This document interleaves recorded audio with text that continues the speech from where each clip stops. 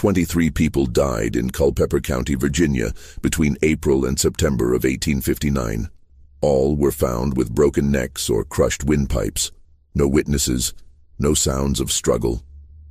The local sheriff's office recorded each death as accident or natural causes, despite the identical nature of the injuries.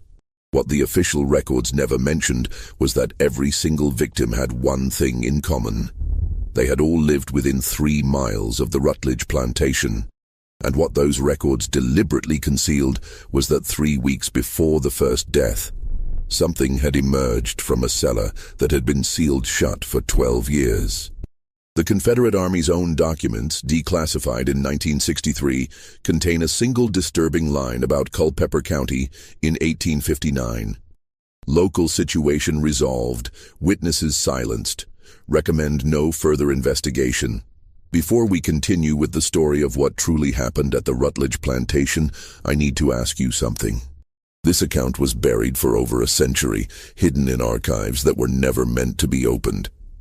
If stories like this interest you, if you want to hear more cases that were deliberately erased from history, subscribe to this channel and hit that notification bell.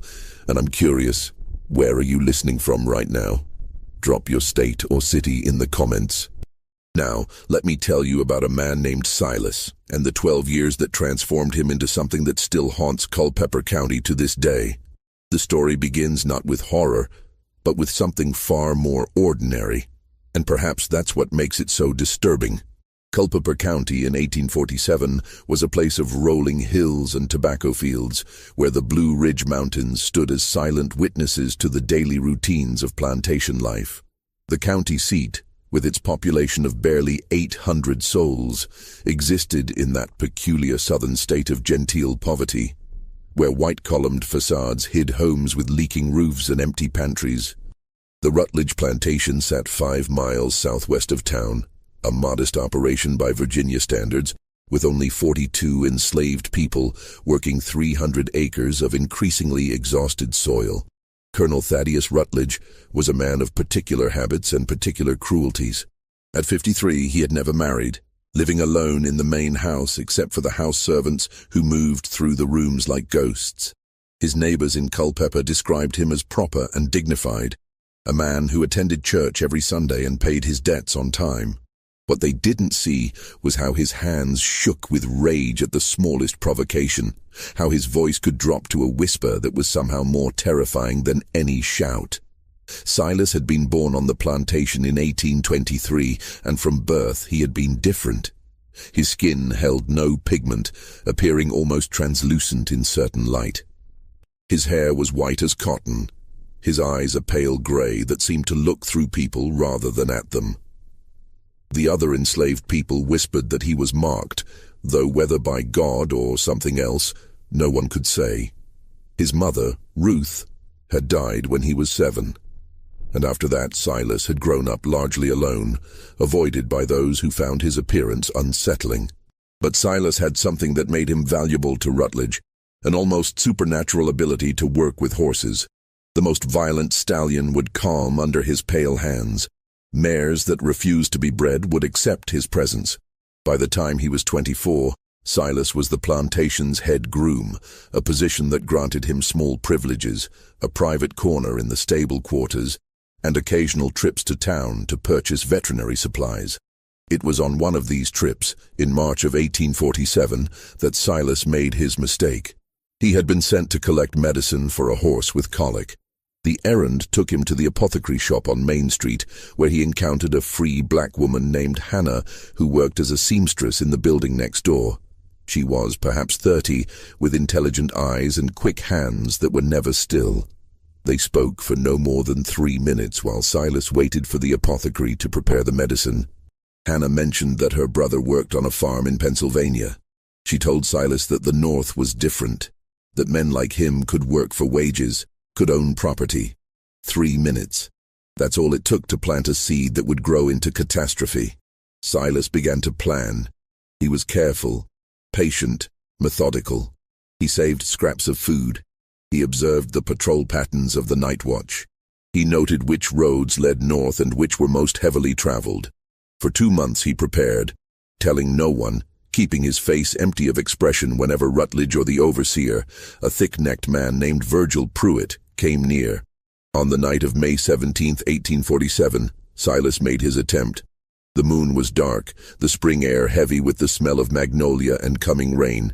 He slipped from the stable quarters at 2 in the morning, moving through shadows he had memorized. He made it almost 3 miles, following deer trails through the forest that bordered the plantation, his pale skin hidden beneath stolen dark clothes, a small bundle of provisions strapped to his back. The dogs found him at dawn. Pruitt and 3 other men rode him down like they were hunting a fox. They dragged him back to the plantation behind a horse, his body battered by rocks and roots, his stolen clothes torn to rags. When they threw him at Rutledge's feet, Silas didn't beg. He didn't speak at all. He simply looked up at the colonel with those pale grey eyes, and in that moment, something passed between them, a recognition of mutual hatred so pure it needed no words. What happened next was witnessed by 7 people: Pruitt, the 3 riders, and 3 house servants who were working in the main house. Rutledge didn't have Silas whipped. He didn't sell him south, which was the usual punishment for runners. Instead, the colonel stood silent for a long moment, his face becoming very still in the way that those who knew him had learned to fear. "Take him to the root cellar," Rutledge said quietly. "Lock the door. No one enters without my permission." The root cellar was located beneath the kitchen house, a separate building that stood 30 feet from the main residence. It was a common feature of plantations, a place to store vegetables and preserved goods in the cool darkness below ground. The entrance was a heavy wooden door set at an angle into the earth, secured by an iron bolt and padlock. Stone steps led down into a chamber approximately 12 feet long, 8 feet wide, and 7 feet high at the center, with a curved ceiling that followed the arch of the supporting stones. They threw Silas down those steps at 9 o'clock on the morning of May 18, 1847. The last thing he saw before the door slammed shut was a rectangle of blue sky, and the last sound was the scrape of the bolt sliding home. The cellar had no windows. In summer, the temperature stayed cool around 60 degrees. In winter, it hovered just above freezing. The air was damp, thick with the smell of earth and stone. A small ventilation grate, no bigger than a man's fist, provided just enough air to breathe but not enough to dispel the constant moisture that beaded on the walls. For the first week, Silas screamed. He beat his fists against the door until they bled. He called out for mercy, for water, for light. The only response was the daily scrape of the bolt, the door opening just wide enough for a tin plate to be shoved through, containing whatever scraps the kitchen had left over: cornbread soaked in pot liquor, chicken bones with a few bits of meat, sometimes just a handful of raw turnips. A wooden bucket served as his toilet, emptied once every 3 days by whoever drew the short straw among the house servants. By the second week, Silas had stopped screaming. He had begun to understand that no one was coming to release him. This wasn't temporary punishment. This was something else entirely. The darkness was absolute. In that complete absence of light, time became meaningless. Silas couldn't tell if his eyes were open or closed. He would wave his hand in front of his face and see nothing, sense nothing except the movement of air. His albinism, which had always made bright sunlight painful, meant nothing here. In this place, he was no different than anyone else, equally blind, equally trapped. But Silas had something that saved him from immediate madness: routine. He had spent his entire life in rigid routine, the routine of enslaved labor, where every day followed the same pattern from before dawn until after dark. Now, in the cellar, he created a new routine. He began to move. At first, it was simply to keep warm, to fight off the damp cold that seeped into his bones. He paced the perimeter of the cellar, 12 feet, 8 feet, 12 feet, 8 feet, counting his steps, one hand trailing along the stone wall. 47 steps made a complete circuit. He walked circuits until his legs ached, then he stopped and did what he had seen the young men do in the quarters when they wanted to build strength. He lowered himself to the ground and pushed his body up with his arms over and over until his muscles trembled. Then squats, deep knee bends that made his thighs burn. Then he would stretch, bending and twisting in the darkness, feeling his way through movements that kept his body from seizing up entirely. Days blurred into weeks, weeks into months. The seasons changed above him, but in the cellar everything remained the same: cold, dark, damp.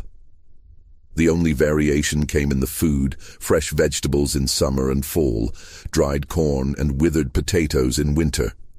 Silas marked time by these changes, his only calendar in the endless dark. He stopped speaking entirely after the 3rd month.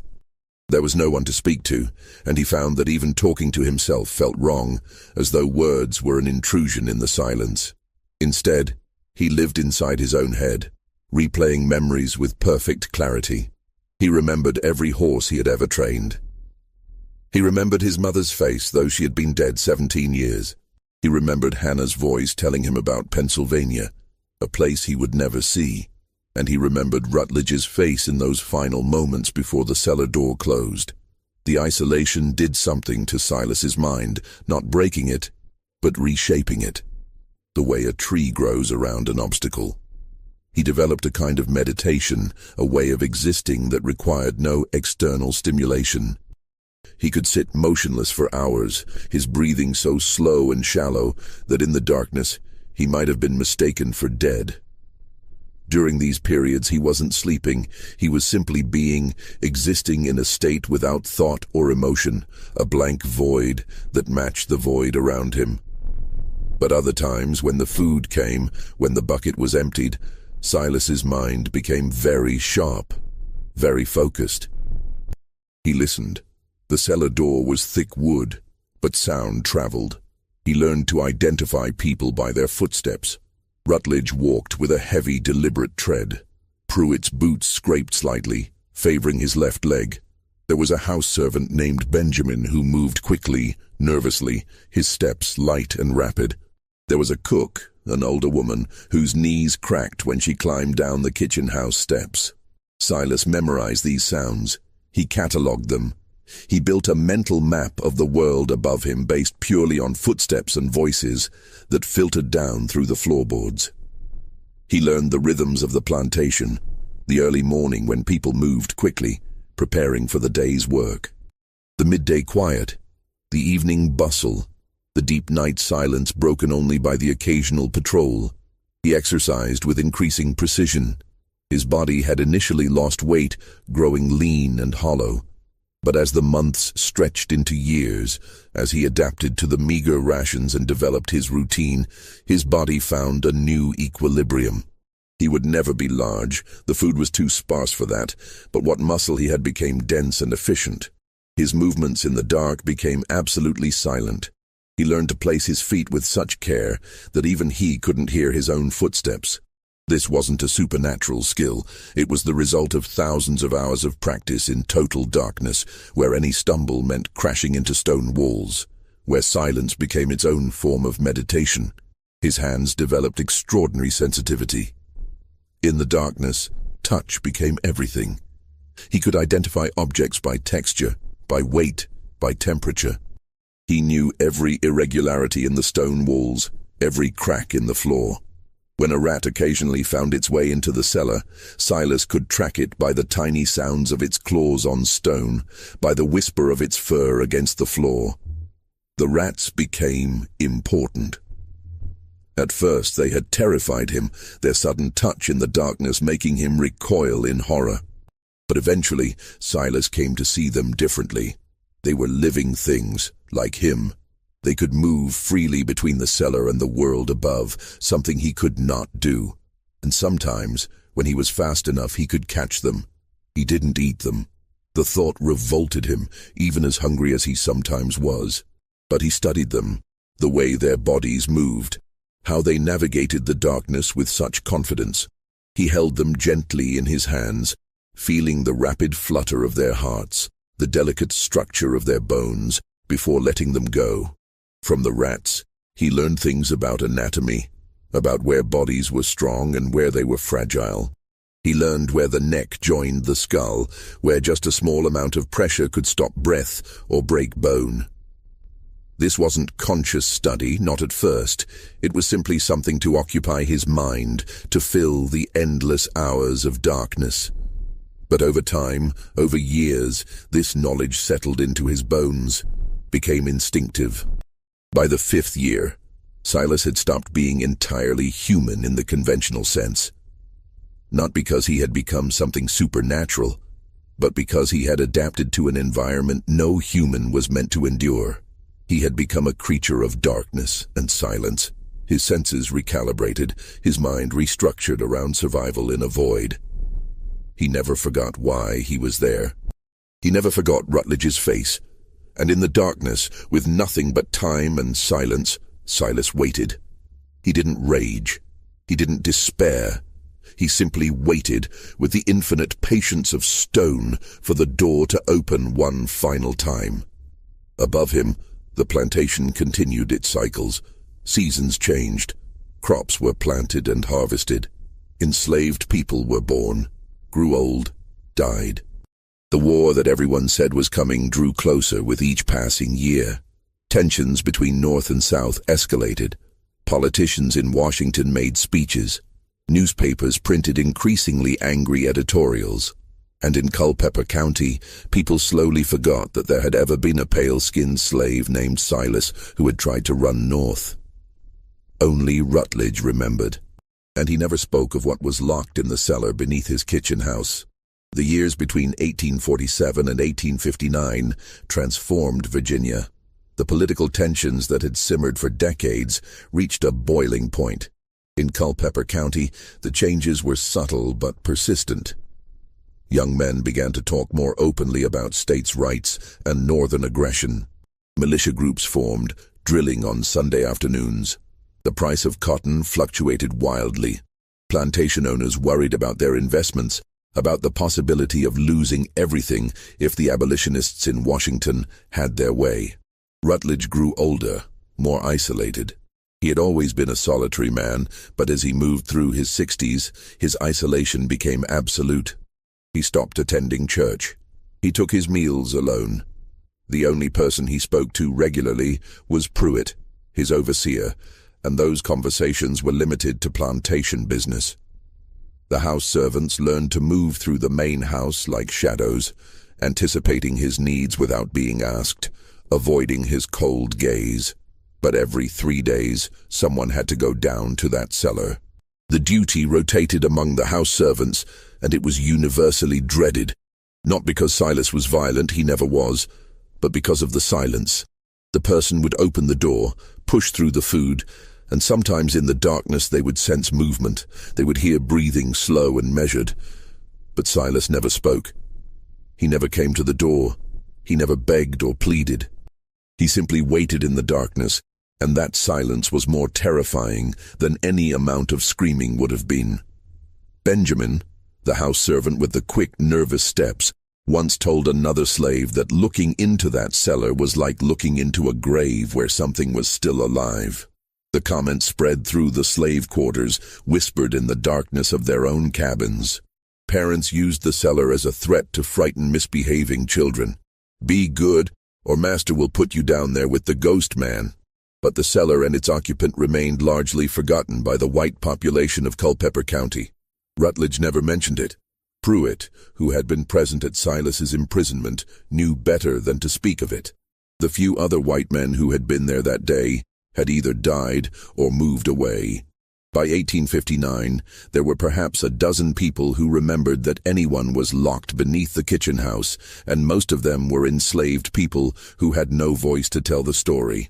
Then came April of 1859, and everything changed. John Brown had been hanged the previous December after his raid on Harper's Ferry, and Virginia was gripped by paranoia about slave revolts. Militias patrolled the roads at night. Any gathering of enslaved people was viewed with suspicion. Plantation owners slept with pistols under their pillows.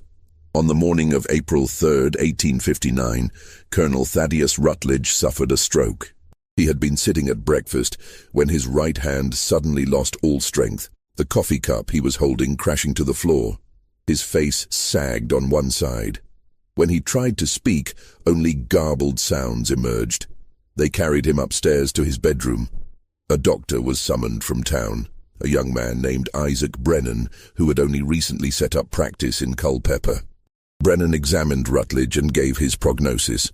The colonel would likely survive, but he was paralyzed on his right side and unable to speak clearly. He would require constant care. Rutledge lingered for 3 weeks. During that time, he could only communicate through grunts and gestures. His left hand, still functional, would sometimes make frantic movements, pointing, grasping at the air. The servants attending him couldn't understand what he wanted. They brought him water, adjusted his pillows, read to him from the Bible. But whatever Rutledge was trying to communicate remained locked inside his damaged mind. He died on April 23rd, at 3 in the morning. Benjamin was sitting with him when it happened. Later, Benjamin would tell the others that in his final moments, Rutledge's eyes had been wide open, staring at the ceiling, and his left hand had been making a turning motion over and over, as if unlocking a door. The funeral was held 2 days later. Rutledge had no close family, only distant cousins who lived in Richmond and had no interest in a struggling tobacco plantation. The estate would have to be settled, sold most likely. Pruitt remained as temporary overseer, but everyone knew the plantation was finished. The enslaved people waited anxiously to learn their fates, knowing they would likely be sold to pay Rutledge's debts. It was during this period of uncertainty that the cellar was forgotten entirely. With Rutledge dead and the plantation in disarray, the rigid routines that had governed life for decades began to break down.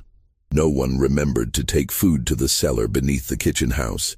The door remained locked, but the daily feeding simply stopped. For 3 days, Silas received no food. No. This wasn't entirely unusual. There had been times over the years when the feeding schedule was irregular, but this was different. On the 4th day, Silas began to understand that something had changed. The sounds above him were wrong. There was too much activity. Too many footsteps, too many voices, and then for a full day and night, there was almost nothing. No footsteps, no voices, just an eerie quiet. What Silas couldn't know was that most of the enslaved people had been taken to town, lined up to be assessed by a slave trader who would purchase them and transport them south. Only a skeleton crew remained at the plantation. Pruitt, 2 field hands, and an elderly cook who was too old to fetch much at auction. On the evening of April 28th, 5 days after Rutledge's death, one of the field hands, a young man named Thomas, was tasked with checking the kitchen house to see what supplies remained. He wasn't one of the house servants. He had only been working at the Rutledge plantation for 8 months, purchased from a farm in Louisa County.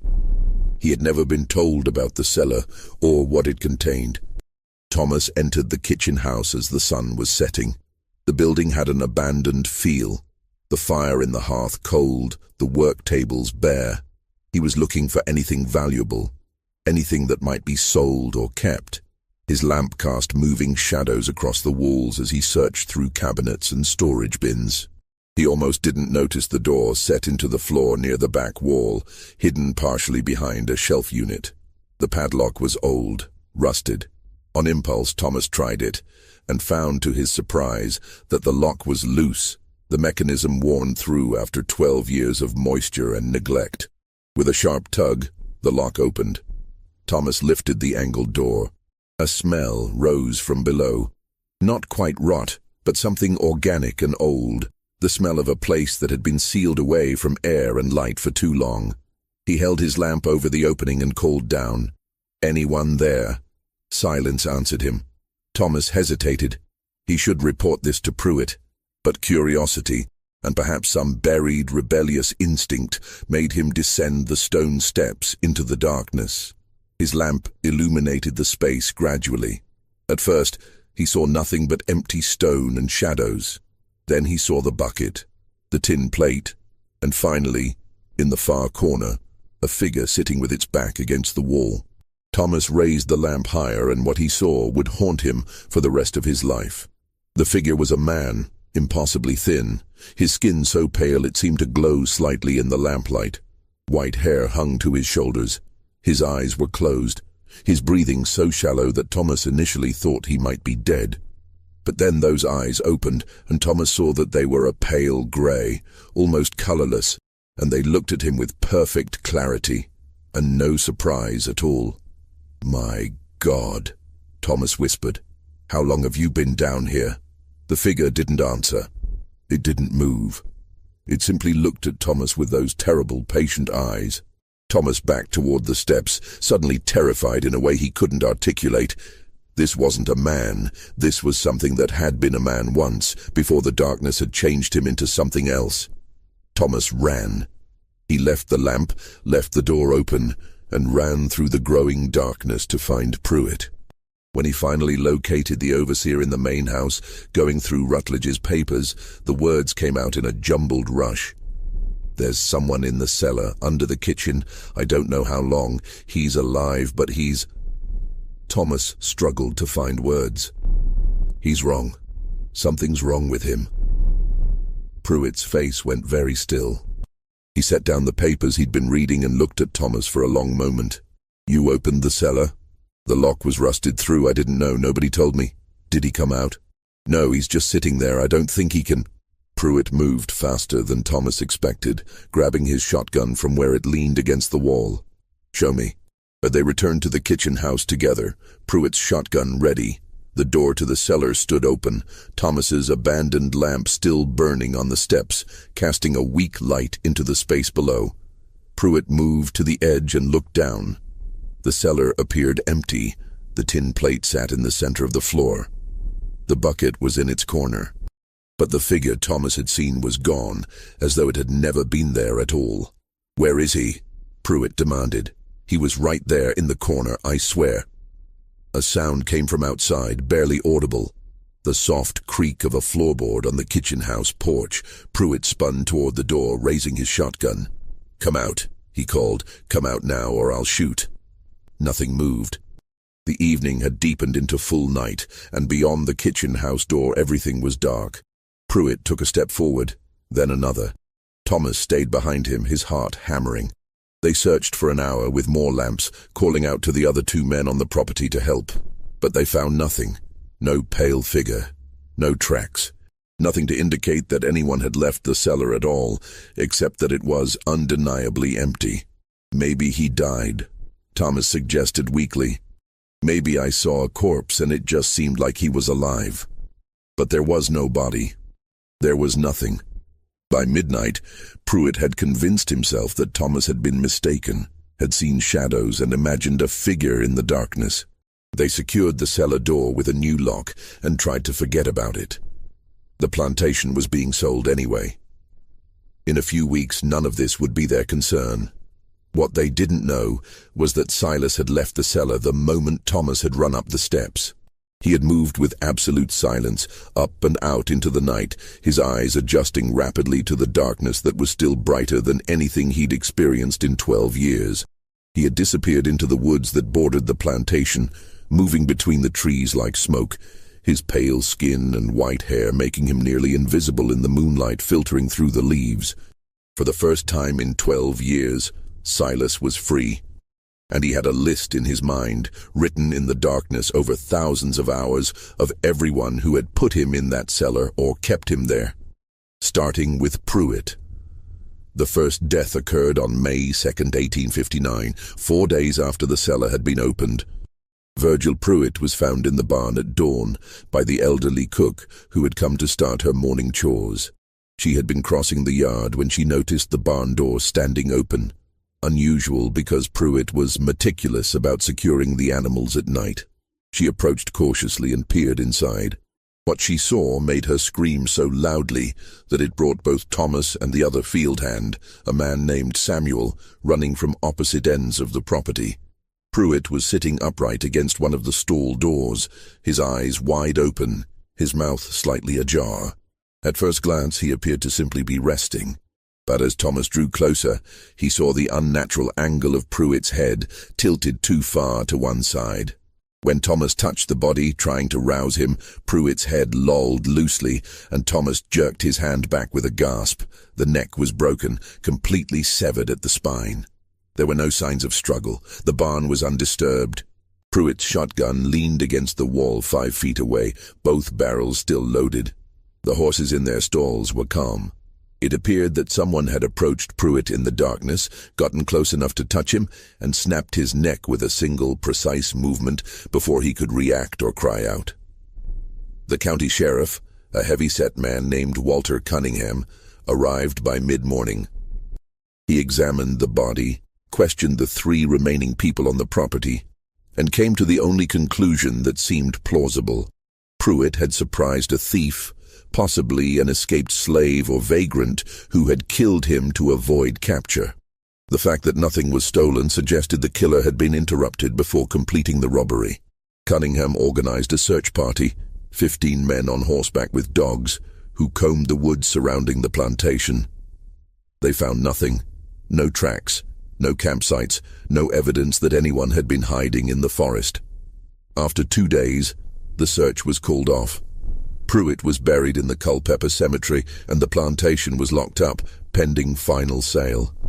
Thomas, Samuel, and the cook were sent to a holding house in town to await auction. The Rutledge property sat empty, the house slowly being reclaimed by dust and silence.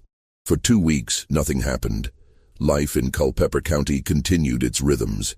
Then, on May 17th, exactly 12 years to the day after Silas had been locked in the cellar, a farmer named John Keller was found dead in his field. Keller's farm was 2 miles from the Rutledge plantation.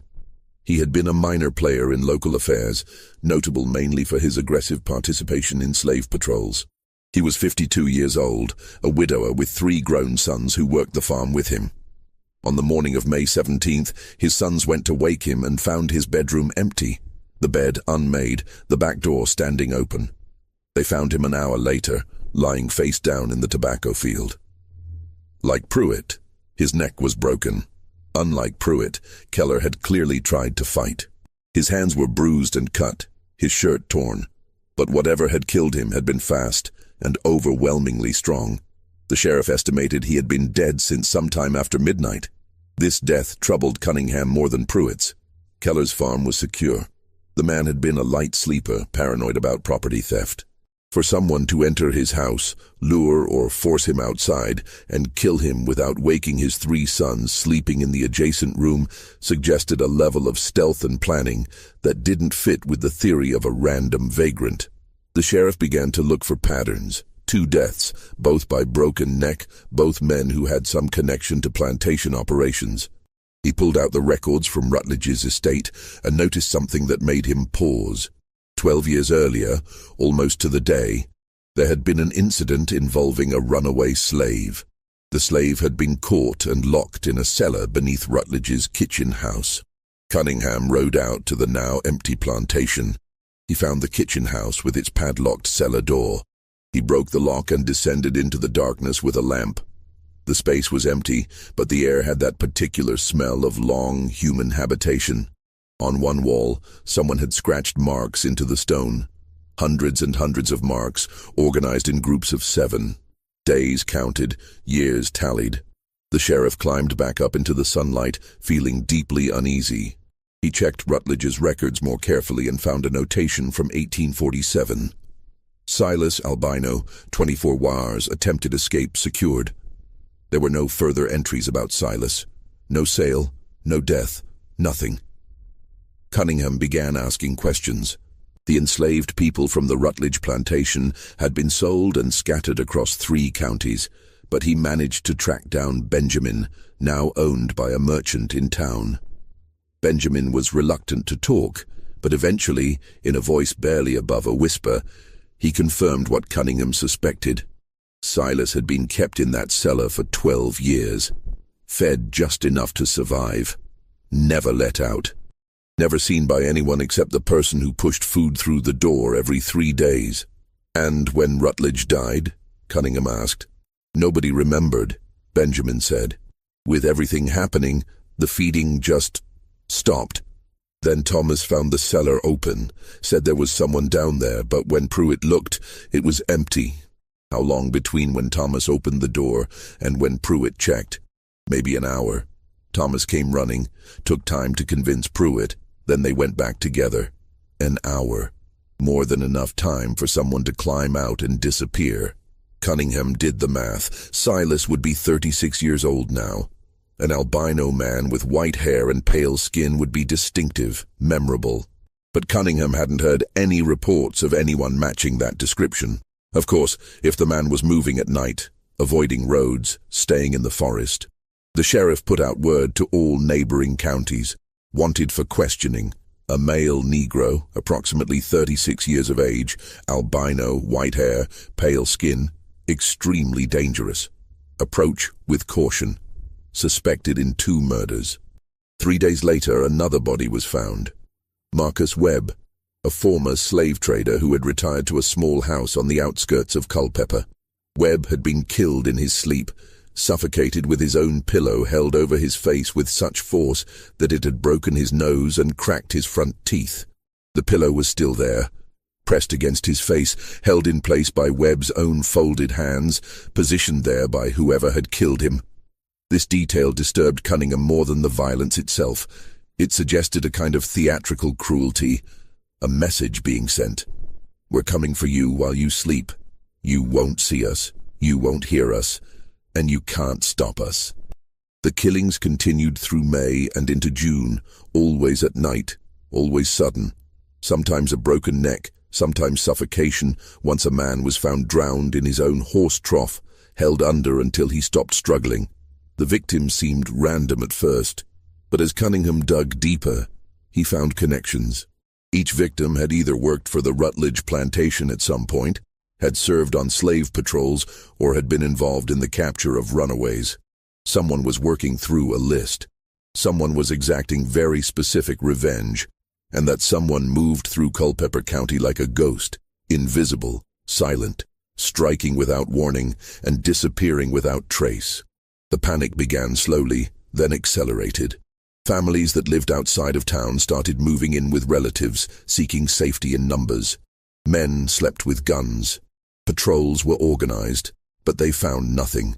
The killing simply continued, methodical and unstoppable. By July, 19 people were dead. The newspapers had picked up the story. Richmond sent a special investigator, a former Army officer named Captain Edward Hayes, who had experience tracking guerrillas during the conflicts in Bleeding, Kansas. Hayes set up headquarters in Culpeper and began a systematic investigation. He interviewed witnesses, studied the pattern of deaths, and came to a conclusion that he shared with Sheriff Cunningham in private. Whoever is doing this has military-level discipline. They're patient, they're planning each kill carefully, and they're operating with a specific objective. This isn't random violence, this is an execution list. You think it's this Silas? Cunningham asked. I think it's someone who has been planning this for a very long time, Hayes replied. And I think we're running out of time to stop them. Hayes was right. The deaths had a momentum now, a rhythm that suggested they were building toward something. The question was, what would happen when the killer reached the end of their list? Captain Hayes implemented a strategy that was as much psychological warfare as practical defense.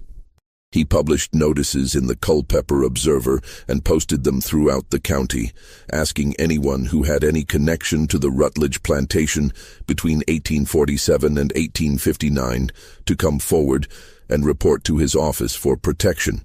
The response was telling. 47 people presented themselves, their faces pale with fear, each one convinced they might be next on the invisible killer's list. Hayes organized them into groups, housing them in the town's 3 largest buildings, the courthouse, the Methodist church, and the Masonic Hall. Armed guards were posted at every entrance. No one was allowed to leave after sunset. It was, in effect, a self-imposed imprisonment designed to keep potential victims safe while drawing the killer out. For 5 nights, nothing happened.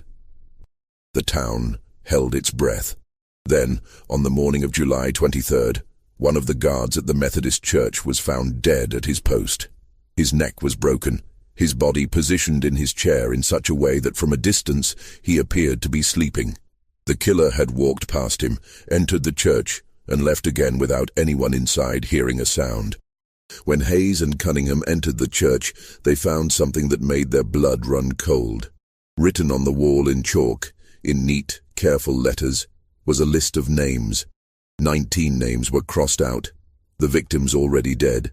28 names remained, and at the top of the list, underlined 3 times, was a name that made Hayes curse under his breath. Benjamin Rutledge. "Who is that?" Cunningham asked. Hayes checked his notes. "Rutledge's cousin, lives in Richmond. He inherited the plantation after Rutledge died, then sold it immediately. He's the one who authorized the sale of all the enslaved people. So he's not here. He's in Richmond." "He was in Richmond," Hayes corrected grimly. "I'll need to send a telegram immediately." The response came back 3 hours later. Benjamin Rutledge had left Richmond 2 days earlier, traveling to Culpeper to meet with lawyers about some remaining property disputes. He was staying at the Chapman Hotel on Main Street, room 7, second floor. Hayes and Cunningham ran. They burst into the hotel, taking the stairs 2 at a time, the hotel owner shouting protests behind them. Hayes kicked open the door to room 7 and stopped. Benjamin Rutledge sat in a chair by the window, looking out at the street below. He was a thin man in his early 40s, wearing an expensive suit that hung loosely on his frame. He didn't turn when they entered. He didn't move at all. Hayes approached slowly. "Mr. Rutledge?" No response. Hayes reached out and touched the man's shoulder, and Rutledge's body tilted forward, then fell to the floor with a heavy thump. His neck was broken, his spine severed so completely that his head had been hanging on by skin alone. The window was open. A slight breeze moved the curtains. Hayes looked out and saw the alley below, empty except for shadows. On the windowsill, barely visible, were marks in the dust, handprints, pale against the dark wood. "He climbed up the outside of the building," Hayes said quietly. "Second floor brick wall, no handholds. He climbed it like it was nothing." This death changed everything. The killer wasn't just moving through the county unseen. He was capable of physical feats that seemed impossible. More than that, he had entered a guarded building in the middle of the day, climbed an exterior wall, killed a man in a room on the second floor, and left without anyone seeing him. The panic that had been building in Culpeper County broke into full hysteria. Families fled to Richmond, to Charlottesville, anywhere that seemed safer than staying. Businesses closed. The county essentially shut down. Of the 47 people who had reported to Hayes for protection, 32 left town entirely, willing to risk the journey rather than wait for death to find them. Hayes knew he was losing control of the situation. He needed to change tactics. Instead of waiting for the killer to strike, he needed to hunt. But how do you hunt someone who moves like smoke and strikes like lightning? The answer came from an unexpected source. Thomas, the young field hand who had opened the cellar, had been staying in town under Hayes's protection. One evening, as Hayes was reviewing his notes in the courthouse, Thomas approached him hesitantly. "Sir, I've been thinking about something." Hayes looked up. "What is it?" "When I saw him in the cellar, he was just sitting there, still as stone. I don't think he was surprised that I opened the door. I think he was waiting, like he knew it would open eventually." "What's your point?" "He's patient, sir. More patient than any person I've ever seen." "What if that's his strength? He can wait. He can stay still. He can hide in plain sight because he doesn't need to move." Hayes considered this. "You're saying he's here, in town, hiding somewhere, waiting for his next opportunity. I'm saying he might be somewhere we've already looked, somewhere we didn't see him because we didn't know how to look." That night, Hayes organized a different kind of search. Instead of moving quickly through buildings and alleys, his men moved slowly, methodically, checking every shadow, every crawl space, every corner that could conceal a motionless human form. They worked in teams of 4, with lanterns, searching the empty buildings that dotted the town. They found him in the abandoned grist mill on the edge of town, 3 hours after midnight. He was sitting in the rafters, 20 feet above the floor, his pale skin and white hair making him nearly invisible against the whitewashed beams. He wasn't hiding exactly. He was simply sitting, watching, waiting. When the lantern light found him, his eyes reflected like an animal's, pale and unblinking. "Silas," Hayes called up. "Come down. We need to talk." For a long moment, nothing happened. Then Silas moved, and even expecting it, even watching for it, the men barely saw him move. He simply dropped from the rafter, landing in a crouch that should have shattered his legs from that height, then straightened and stood facing them. In the lantern light, he looked less like a man and more like something carved from white stone. He was impossibly thin, his skin stretched tight over muscle and bone. His hair hung past his shoulders, white as fresh snow. His eyes were colorless, reflecting the light without seeming to absorb it. He wore clothes that were filthy and torn, scavenged from somewhere. And he stood absolutely still, not even appearing to breathe. "Silas," Hayes repeated. "I'm Captain Edward Hayes. I'm investigating the deaths in this county." Silas didn't respond. His eyes moved from Hayes to the other three men, assessing, calculating. Hayes noticed that Silas stood with perfect balance, his weight distributed evenly, his hands loose at his sides. He looked relaxed, but Hayes had seen enough soldiers to recognize a fighting stance when he saw one. "I know what happened to you," Hayes continued. "I know about the cellar. 12 years. No man should endure what you endured." Still nothing. Silas's face was expressionless, blank as a sheet of paper. It was like talking to a statue. "But you've killed 20 people. 20 men. And while some of them may have deserved your anger, the law still applies. You understand that, don't you? You have to answer for what you've done." Silas tilted his head slightly, the first real movement he'd made. When he finally spoke, his voice was a hoarse whisper, rusty from disuse. "The law?"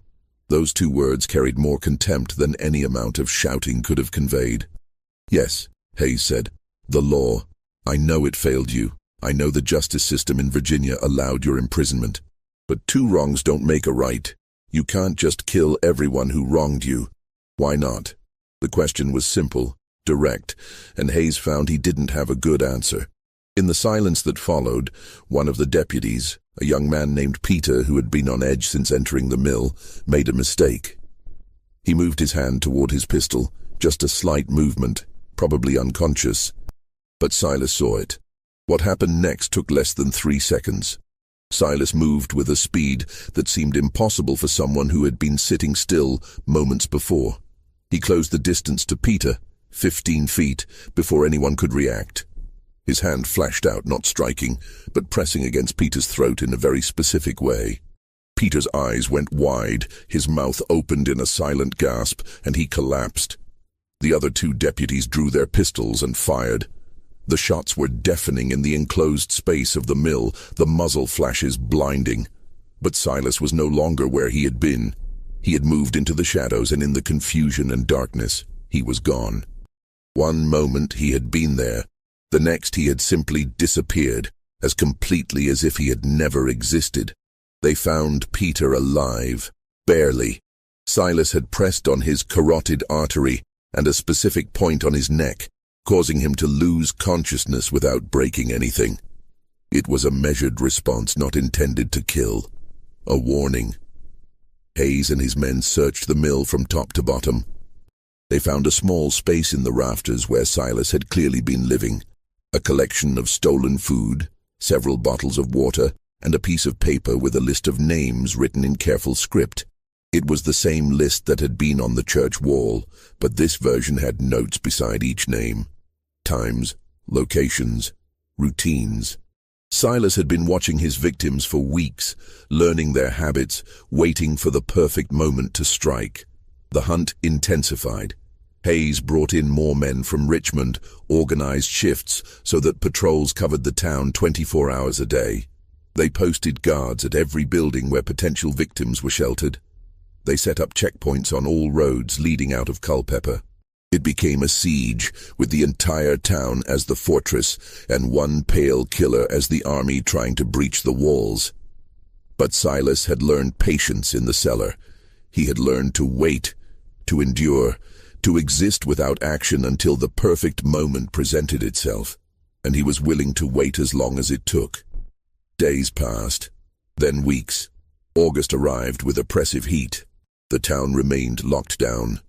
Some people began to believe that Silas had fled, that the increased security had driven him away. Hayes didn't believe it. He could feel the waiting, like a held breath, like a drawn bow waiting to release. On August 15th, Hayes received a report that made his stomach drop.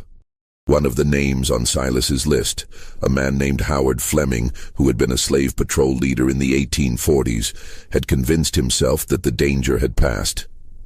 Against Hayes's explicit orders, Fleming had left his guarded quarters in the courthouse and returned to his farm 6 miles outside of town, taking his 2 adult sons with him for protection. Hayes rode out immediately with 6 armed men. They arrived at Fleming's farm at dusk and found the front door standing open. Inside, they found Howard Fleming and his 2 sons. All 3 had been killed, their necks broken with professional efficiency. The deaths had occurred within the last hour, the bodies still warm. But what disturbed Hayes most was a detail he almost missed. On the kitchen table, arranged in a neat row, were 3 tin cups, each filled with water. Next to them was a plate with 3 pieces of cornbread. It was a mirror of what Silas had received in the cellar. Meager rations, barely enough to survive, served on tin. The symbolism was clear. This is what you gave me. Now I give it back. As Hayes stood in that kitchen, looking at the macabre display, he realized something that chilled him more than any of the violence he had witnessed. Silas wasn't just killing out of rage or revenge. He was making statements. He was creating a narrative. Each death was a chapter in a story he was telling, a story about injustice and punishment, about 12 years stolen and paid back in blood. He's not going to stop, Hayes said aloud. Even if we kill him, even if we capture him, the story will continue. People will remember this. One of the deputies spoke up. So what do we do? Hayes looked at the 3 bodies, at the cups of water, at the carefully arranged scene. We try to end the story before it destroys this entire county. The breakthrough came from an unexpected source. Benjamin, the former house servant who had tended to Rutledge during his final illness. Benjamin had been living in town under protection, and one evening he approached Hayes with information he had been too frightened to share before. There's one more place he might go, Benjamin said quietly. One place that matters more than all the others. Where? The cellar, where it all started. He'll go back there eventually, I know it. That place is part of him now. Hayes considered this. Why would he return? There's nothing there. That's exactly why. Benjamin insisted. Everything that happened to him, everything he became, it all started in that cellar. He needs to finish it there. It was a thin theory, based more on intuition than evidence, but Hayes was running out of options. The list of names was dwindling, and with each death, Silas seemed to grow bolder, more willing to take risks. If Benjamin was right, if Silas was building toward some final act at the place where his imprisonment had begun, then Hayes needed to be ready. He organized an ambush. 20 men, the best shots in the county, positioned around the abandoned Rutledge plantation. They arrived at midnight on August 28th, moving into position in complete silence. Hayes placed men in the main house, in the barn, in the trees surrounding the kitchen house. The cellar door was left as it had been found, unlocked, slightly ajar, an invitation. Then they waited. Hours passed. The night was hot and still, the air thick with humidity. Insects sang in the darkness. An owl called from the trees. The men stayed motionless, fighting exhaustion, their fingers resting lightly on their triggers. Dawn was perhaps an hour away when Hayes heard it. The softest sound, barely more than a whisper of disturbed air. He looked toward the kitchen house and saw nothing, but he knew with absolute certainty that someone was there. He raised his hand, signaling the men to hold their positions. For several minutes nothing moved, then so slowly that it seemed like a trick of the fading darkness.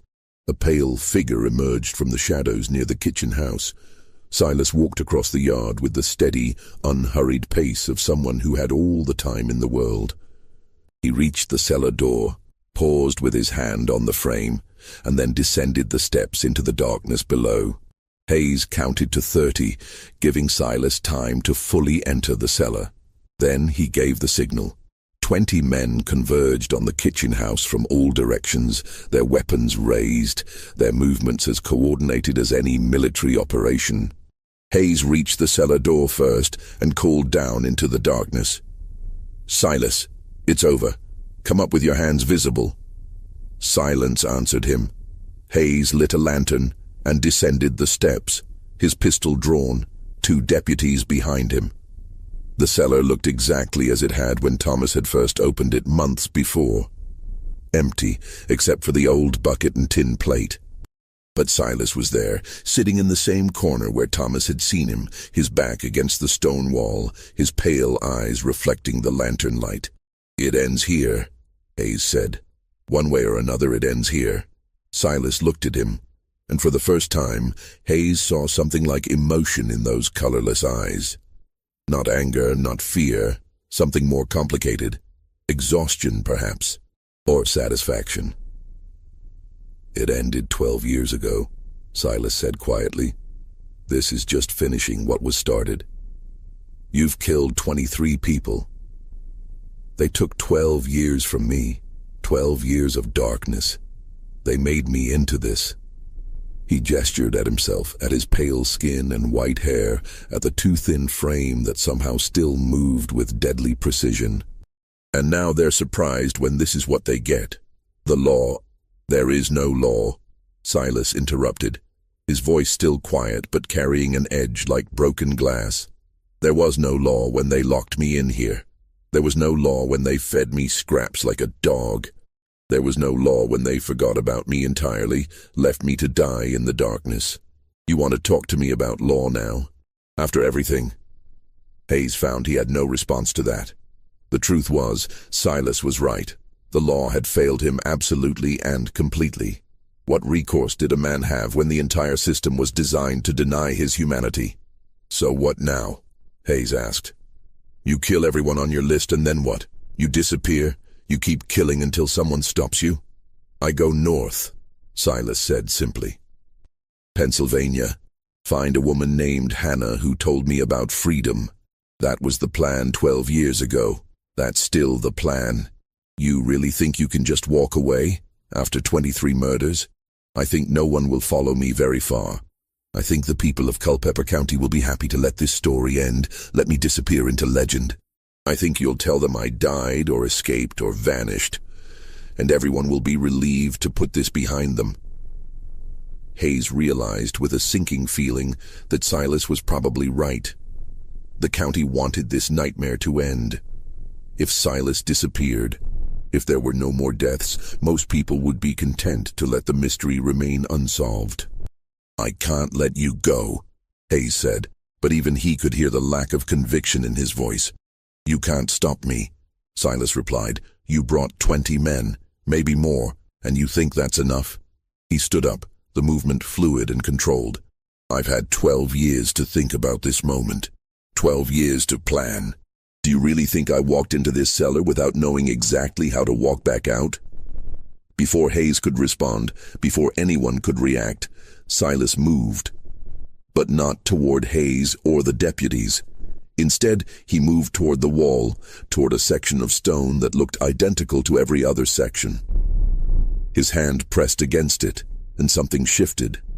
A section of the wall, perhaps 3 feet square, pushed inward, revealing darkness beyond. "The plantation was part of the Underground Railroad," Silas said, pausing at the opening. "Rutledge didn't know. His father built this tunnel in 1820, connecting the cellar to a root cellar in the woods half a mile away. I found it after 3 years of searching these walls in the dark, 1 inch at a time."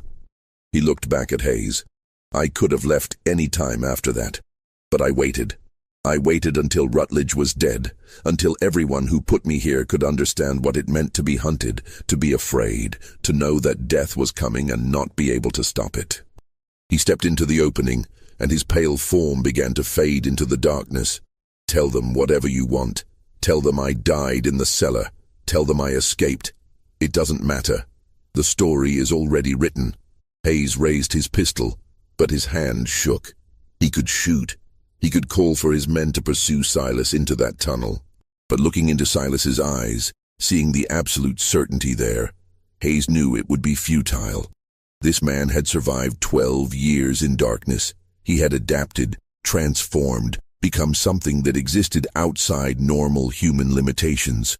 Not supernatural, but beyond what anyone had thought possible. Hayes lowered his gun. Silas nodded once, a gesture that might have been respect, or acknowledgement, or simple farewell. Then he was gone, vanished into the darkness as completely as if he had never existed at all. Captain Edward Hayes filed his official report on September 3, 1859. The report stated that Silas, the escaped slave responsible for 23 murders in Culpeper County, had been tracked to the abandoned Rutledge plantation, where he had taken his own life by hanging in the very cellar where he had been imprisoned. The body, Hayes wrote, had been burned according to health regulations and the ashes scattered. The case was officially closed. No one questioned the report. The people of Culpeper County wanted to believe it was over, and Hayes had given them permission to believe. The bodies were buried, the families mourned, and slowly, carefully, the county began to rebuild its shattered sense of security. But there were rumors, of course. There are always rumors. Some said they had seen a pale figure moving through the woods at night, heading north along paths used by fugitive slaves. Others claimed that in Pennsylvania, in the years following the war, there was a white-haired man who worked with the Underground Railroad, who had an uncanny ability to move without sound, who never spoke of his past.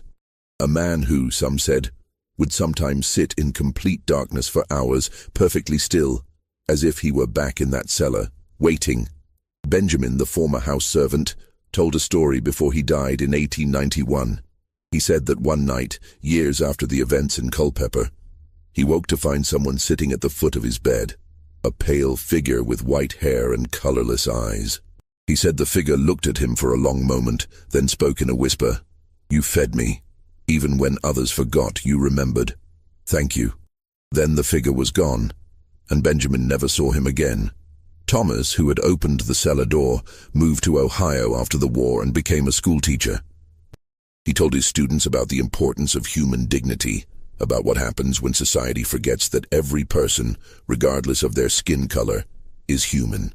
He never mentioned Silas by name, but his students said he would sometimes sit in complete silence during classes, staring into the middle distance, as if seeing something no one else could see.